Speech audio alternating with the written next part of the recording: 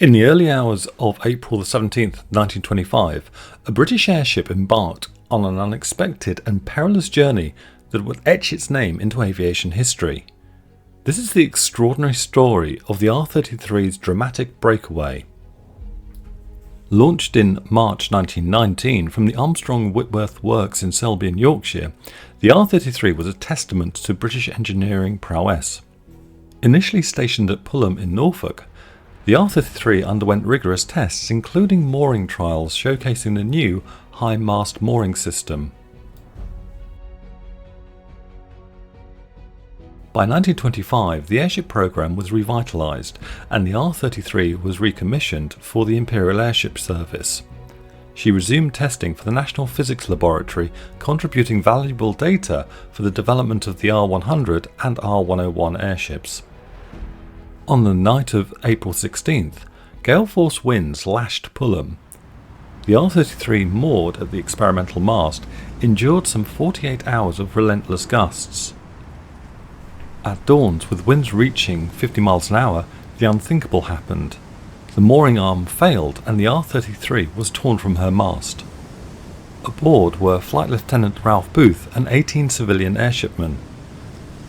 At the time, the men had been coming on to watch and set about their normal tasks right away, ensuring that the ship was still secure and that no damage had occurred during the night. One of them, Ted Stupple, was instructed to go and check on the securing bolts attaching to the swivel bollard at the top of the mast. He stood with one foot on the mooring mast top and the other on the nose of the airship as he struggled against the wind. Just as he placed his wrench on one of the bolts, the R33 gave a particularly vicious swing, putting an intolerable strain on the mooring arm. As the mooring arm gave way, the airship was torn from the mast. The ship gave a lurch and Stupple clung to the mast balcony, narrowing escaping disaster. The R33 then drifted perilously close to the airship shed, avoiding a catastrophic collision.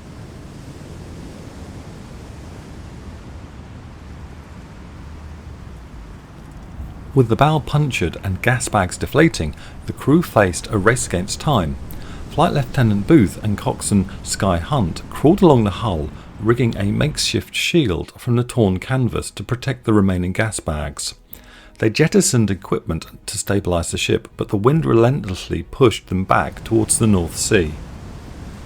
The ship was blown backwards, and for 5 hours the R33 drifted across the North Sea. At one point she hovered perilously close to the water.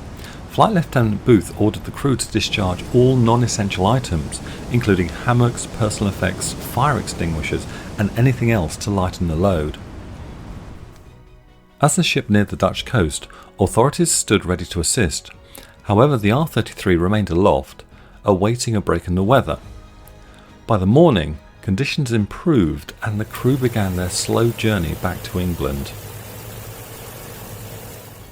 After 8 hours and 160 miles, the R33 approached the Suffolk coast.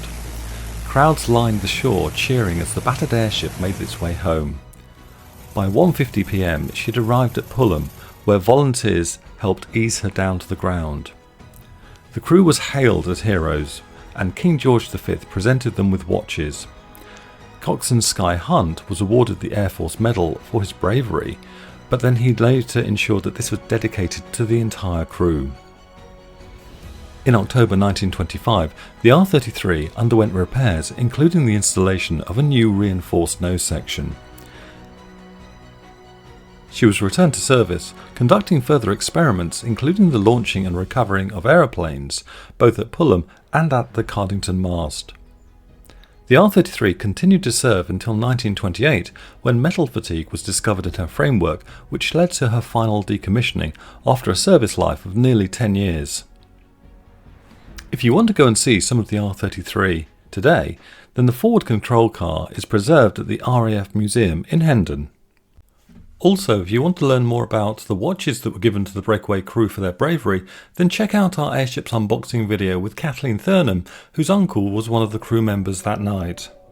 We hope you like this video, and there'll be more stories about airships coming soon, so as always please like and subscribe to be advised when we produce a new video.